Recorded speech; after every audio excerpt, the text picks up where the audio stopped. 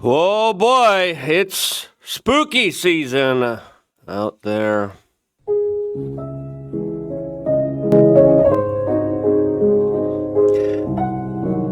As of course, to me, nothing is spookier than war and big government. As of course, it looks like we're going to get a lot of that right now, as it looks like the strikes against Venezuela are imminent and will happen at any moment and could be happening in the making of this particular video, as there are already very interesting moves by the U.S. military that tried in very underhanded, covert CIA ways recently to overthrow Maduro. That didn't work, as now we're being told, hey, these boats, they're making it to America with fentanyl. I don't know about that. I don't know about that one. As Tucker Carlson, Glenn Greenwald have some very interesting commentary to make about this, as well as me. Yep, I'll tell you what Halloween costume I'm wearing at the end of this particular video, and why Ladybug is here. Anyway, lots to talk about, specifically when it comes to this type of new proposition that the American people are offered, that overwhelmingly they're saying no. So why are we doing this? Well, we're going to talk about that and a lot more all here on this independent media video. If you appreciate these type of conversations, subscribe, click the notification button. You're at the right place on the right channel. We greatly appreciate all the time that you, of course, spend with us. Now, just getting right into it. Breaking news reports coming from the Miami Herald that the Trump administration, and there's a reason it's coming from Miami, big CIA head. There's a lot of people from Florida inside of Trump's administration, a lot of people from Florida that have Trump's ear and believe that if Venezuela is able to fall, so will Cuba. And there's a lot of Cubans here. A lot of them are based. A lot of them are pretty awesome. I love the Cubans here in Miami that just hate socialism. And they believe the ends justify the means. Now, I have a more nuanced and complex take on this. As of course, listen, I came from communism too. It's not fun. It's not nice. People starve. And people are screwed over and sent to frickin' Siberia and to work camps. All these leftists and liberals in New York City that don't want to work, they're like, yeah, socialism. You have no idea what you're talking about. Mandonis. We're going to have Maduro in New York City any moment now. Any moment. And, like, are we going to be bombing New York? It already looks bombed. It smells there, like pee anyway. I've been there almost my adult life, and it's not a fun place to be in. But is Trump doing the right thing? And I want to discuss that because this deserves a real conversation. As right now we found out, according to Miami Herald, according to their sources, probably someone from within the White House with connections to the Miami Herald from Florida, that the strikes could happen at any moment, any time right now, specifically on potentially military installations, military ports, as of course a lot of this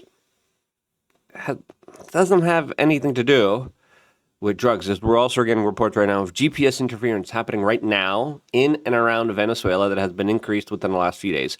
Major military, naval forces, and aircraft have been just off of the coast of Venezuela. We had plans, invasion forces in Puerto Rico planning, training within the last few months. Now they are off the coast of Venezuela in the Caribbean islands. And now we just kind of wait what I have been saying is going to be the inevitable. As right now, Donald Trump has proclaimed himself the president of peace. And if we're toppling and doing more regime change, it doesn't seem so peaceful. Now, some people will argue, hey, the Venezuelan government's horrible. It's awful. It has led to tremendous amounts of human suffering. Yeah, I get it. Okay. But please show me in recent history when regime change has worked well for the American people, America's interest.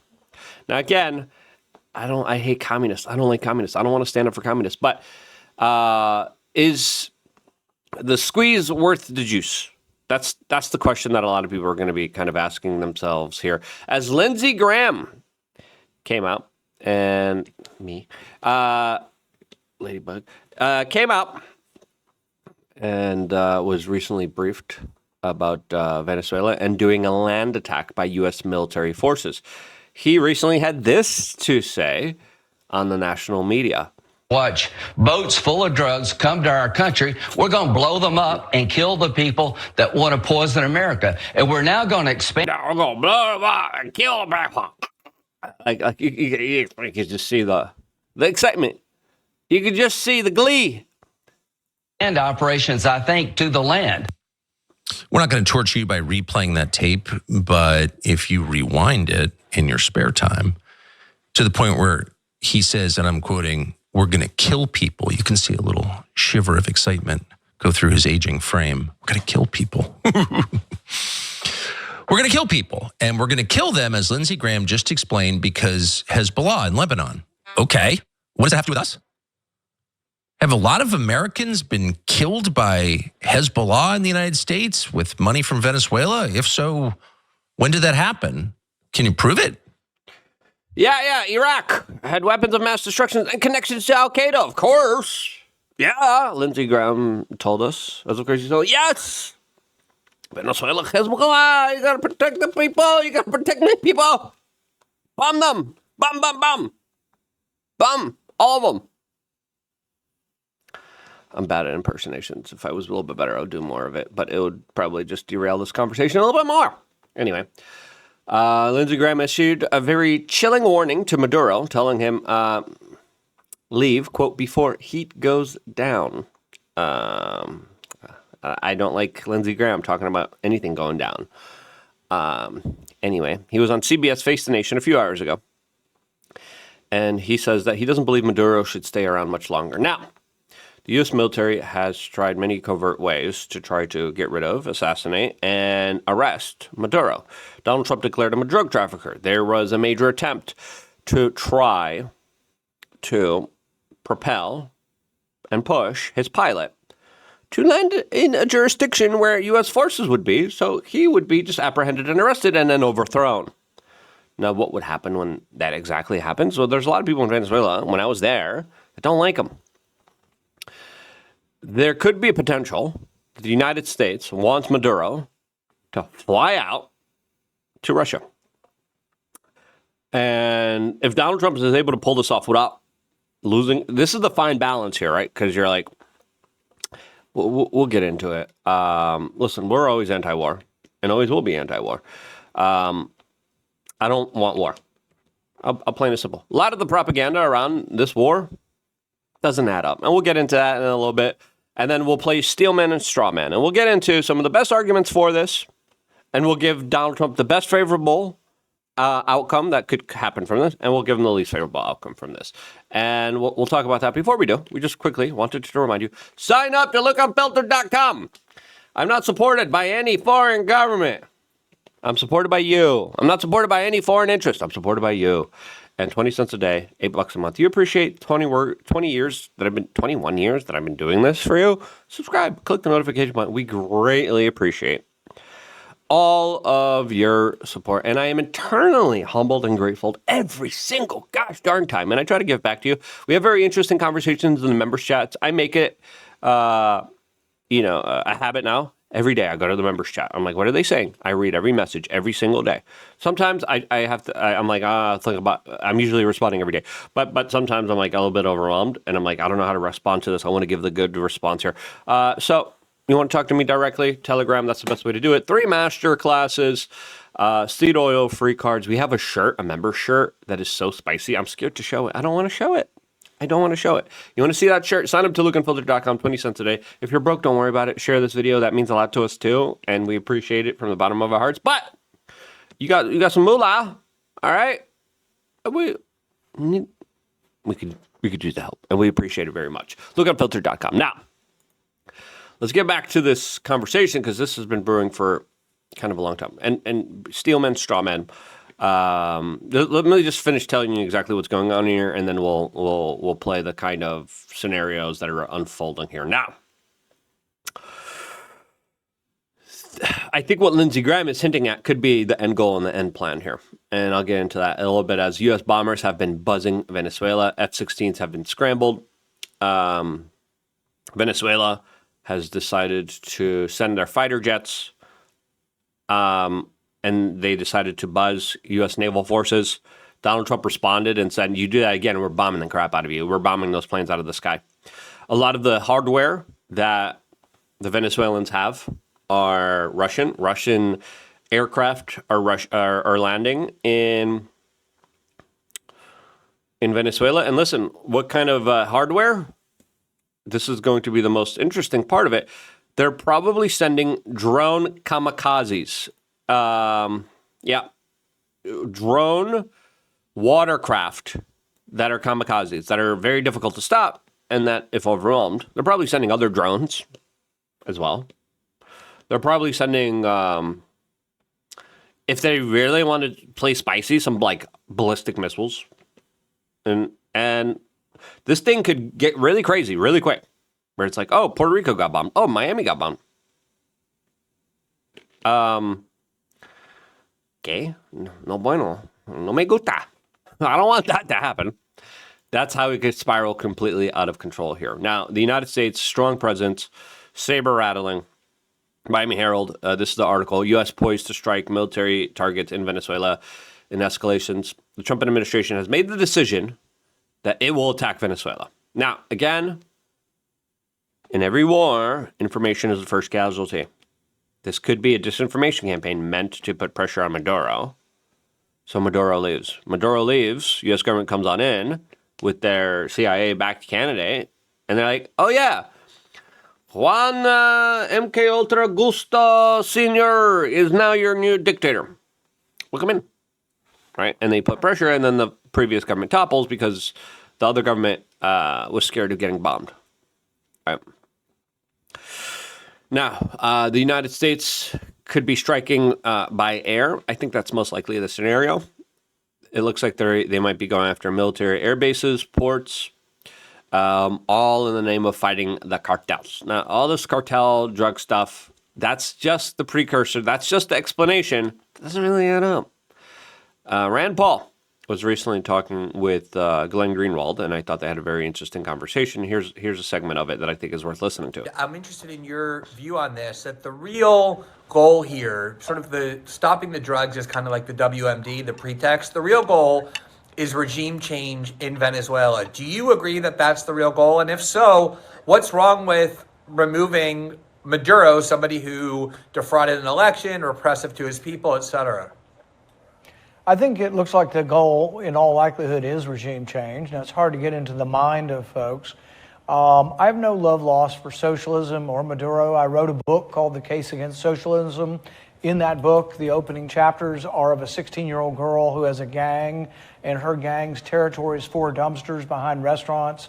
The average person in Venezuela at that time had lost 30 pounds in a year. So the desperation and terrible thing that socialism does to people, I'm not in favor of that. But at the same absolutely. Socialism is like so horrible in structure. I went to Venezuela during their collapse. Goodness gracious. Like some of the most shocking, scary, insane things I've ever seen in my life. And I've seen a lot of crazy stuff. I've been to Somalia too. There's a lot of government there, by the way. People are like, if you don't like government, go to Somalia. I was like, okay, I'll go. I don't like government. I went to Somalia. Freaking government's everywhere. Same time, regime change often doesn't lead to the results that you want it to. And this is something that I always liked about President Trump. I believe it is instinctually part of his nature not to like war, not to want to lose thousands of soldiers, but also that regime change didn't necessarily work out as planned in Iraq, and it didn't work out as planned in Libya as well. And I think that is still his natural instinct. But I think he's now surrounded by people who have salivated over removing Maduro and replacing him with Ronald Reagan as soon as they can get Ronald Reagan down there. That is the goal, I think, of people around him. And I think he's being influenced by those who are much more inclined. And it's strange because sometimes I'm now accused of not supporting the president enough, but I think I do support the president's stated campaign positions much better than some of the people who are now close, who have always been more of the neocon variety and more of the interventionist wing of the party, but they now surround him. That's true. There's the principles that Donald Trump ran on: no wars, no intervention. And it's like, I believe in that. That's what I want. And then they're like, you're a never Trumper. I'm like, what are you talking about? I'm literally just going according to the plan. You told us no more wars. I'm like, okay, I like that. You want no more wars? How dare you? What? You want no more wars? How dare you? And I'm like, what are you talking about? Like, chill out. Wait, what are you doing this? As again, I think a lot of the boat stuff is just pretext. As right now, Southern Command has released footage of the amphibious ready groups conducting live fire, small boat kind of operations in the Caribbean. I think this is one major saber rattle, and I think this is a part of the bigger plan here. As again, Wall Street Journal, U.S. eyes striking Venezuelan military targets used by drug traffickers. This whole drug trafficking thing is not true. We had the president of Colombia coming out and being like, hey, look, it's not about drug traffickers. It's not. This should be real. And Trump should just be honest about it, to be real with you. He should be like, yeah, we don't like Maduro. We got to get him out. Got to get Maduro the hell out of Venezuela. He just needs to say it. We need the oil. They got a lot of oil. We want it. He said that with Iraq. He was like, yeah, we bombed Iraq for their oil. We didn't even get their oil. What the hell? We're in Syria, taking Syria's oil. Bashar al-Assad was there. He's like, I'll take it. Whatever. Do that now. We need honesty. We know, like, these boats, right? They usually make it to adjacent islands. They can't make it all the way to the United States. They never will. They don't have the fuel capacity. They don't have the engine capacity to do that, right? That's an important notion that people need to understand. One. Two, they're not filled with fentanyl. That's going to kill America. Most of them are filled with cocaine, and then they're going off to Europe, right? That's documented. That's exactly what's really going on here. Now, you want to stop the fentanyl? Mexico. You really want to stop the cocaine? You got a little bit of cocaine coming from Venezuela. You know where all the cocaine's coming? Colombia. Now, the Colombian president came out and was like, hey, this is not about drug dealers. If there's one person who knows about drug dealers, it's the president of Colombia. He's like, look, this is not about drugs. And then the United States was like, yeah, you're a drug trafficker. You're the one that is doing all these horrible, illegal, awful things. And I'm shooting a video. Give me 2 minutes. Give me 2 minutes here. My friend interrupted me here, so I apologize for that. Again, this is not the first time that the president of Colombia had run-ins with the president of the United States here. As there was U.S. military strikes on these boats that, of course, signal the test runs, the saber rattle. Now, just really quick, worst case scenario, best case scenario. Now, listen, there's a lot of people like Michael Flynn who are going out there and saying, "Hey, we got to take out Venezuela. Look, there's drug trafficking, human trafficking, Hezbollah. They're like, it's like Iraq again." And I'm like, really? Come on. One, just be honest with the people. We got to get him out. You want to get him out? He's a communist. He's bad. It's bad for American relations. It's bad for energy independence. Bad. Just make those arguments. Those arguments are a lot more believable than saying, "Oh, fentanyl. They're bringing all the fentanyl." Now, Maduro has already tried to step down. He offered Trump a dominant stake in Venezuela's oil, in gold, and mineral wealth, and he agreed to cut ties with Russia, China. Trump declined, and he was like, "Yeah, I'm going to send in 10,000 troops." As right now, best case scenario. Right, let's go over the best case scenario.